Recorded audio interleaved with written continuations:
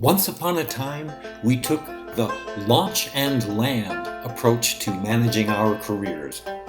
We prepared our rockets for flight into career space and launched a job search. We blasted off, and with luck, we parachuted safely to our destination below, Planet Job. But we often found that we had landed on a dying world. Or we would suck all the occupational oxygen out of the atmosphere and the air would grow toxic. So, mustering our energy and gathering fuel for another flight, we laboriously rebuilt our rockets and bang! Again, we launched, soared, and parachuted down to the next planet. In short, for most of us, career management simply meant getting one job in a row. There are two problems with the launch and land approach. First, it's not true career management. It's like the parachute, you can only use it one time in a row. That's why many of us strive for longevity in the same organization, to avoid facing our lack of a bigger career picture.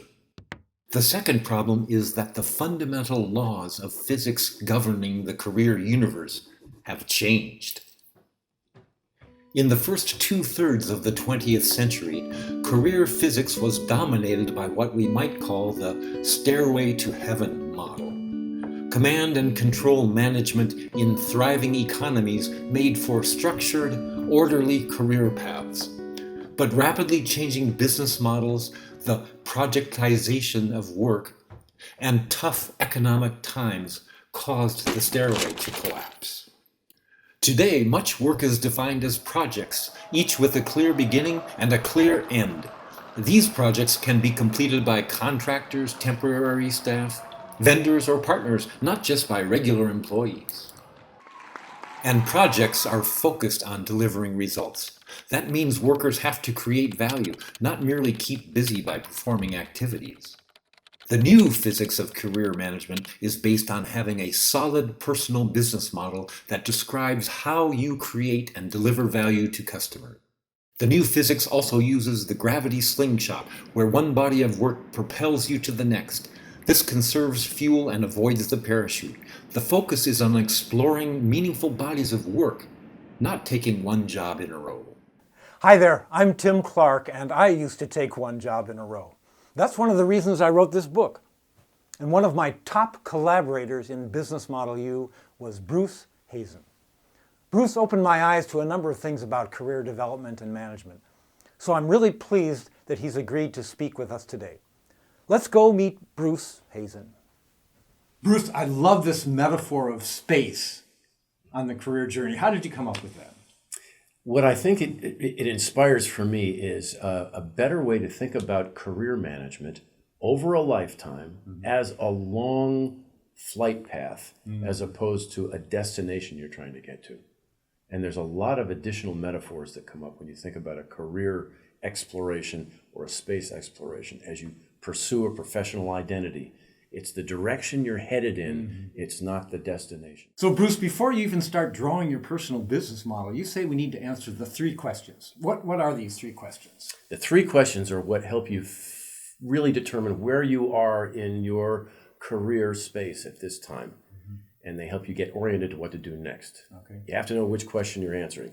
I've provided a very helpful 3D model to help you remember the three questions. The first one is always, is it time to move up in work that you really like or an organization that you really like? And by the way, moving up doesn't mean getting a promotion necessarily. It means progressing in the work that you love. Okay, progressing, not just a promotion. Exactly. Second question, when is it time to move out? Okay. When the fit with your boss, with the work, with the organization may be deteriorating or gone. So when's it time to move out is the second question. And the third question is, when's it time to adapt your style? When you like the work you're doing, you may like where you're working and the people that are around you, but you're not getting the success that you want. And you know there's something you need to change. You're just not sure what it is. Okay, so when is it time to move up? When is it time to move out? And when is it time to adapt your style? Exactly. Okay, so after you've asked yourself the three questions, what's next? Well, I want to address one of the problems that often comes up for people, even when they know which question they're trying to answer. They often get caught in what I call tornado thinking. Tornado thinking is that spin of thoughts, that the conversations in your head that keep spinning up over and over again.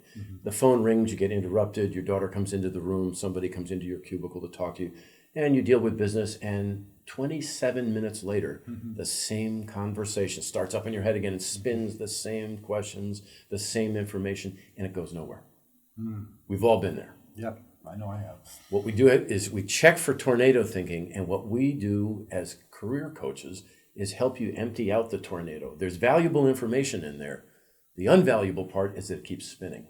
We want to know what's in there to help then solidify how we go about answering the right question.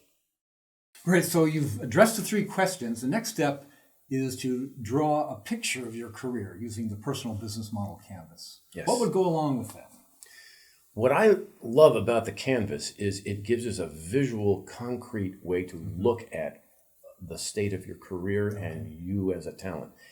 What I recommend is an auditory canvas. Okay. It's what I call the Think Out Loud laboratory. And you need to create a safe, confidential place with a trusted other. It could be a career coach, it could be a close friend, it could be a colleague at work, it could be a mentor.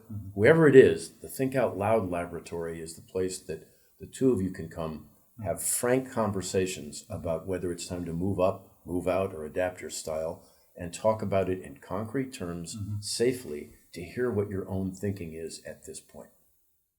So we've dealt with the three questions. We've created a visual canvas and now an auditory canvas with the Think Out Loud laboratory. Right. That might bring us to the reflect stage where we take stock of where we are and where we want to go. And I think also at that stage, upon reflecting, one of the things that we try to clarify and dial into perspective here is an understanding of your professional identity. A lot of people at this stage can get very hung up on job search and become over-focused on researching job titles and specific skill sets that they can use. That's important, that's part of the picture, but the bigger overarching definition that we want to get clarity on at this assess stage is, what is your professional identity? What is it that you see yourself doing as a professional over the long haul, not just the next job? So I love the distinction you make between jobs and professional identity. So when someone is revising their personal business model, they've gone into the revision phase, they may want to do so based on a newly defined or perhaps even a reinvented professional identity.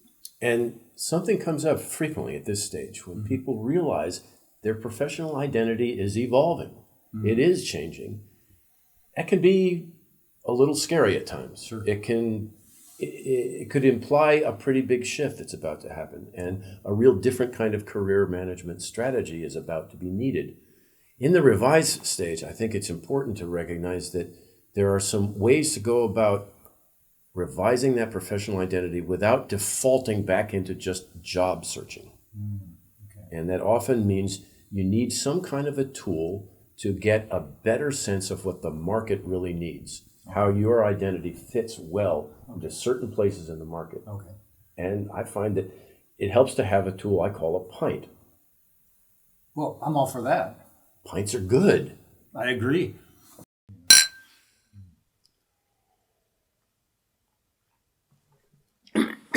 Okay, actually, not that kind of a pint. It's different and actually a lot more useful for career management purposes. PINT actually is an acronym that helps us think about where work lurks out in the marketplace. PINT analysis is what I encourage people to go do to find out where really good work that would fit them is really existing out in the marketplace. It means you start looking for the problems, issues, needs, and trends that matter to your target audience.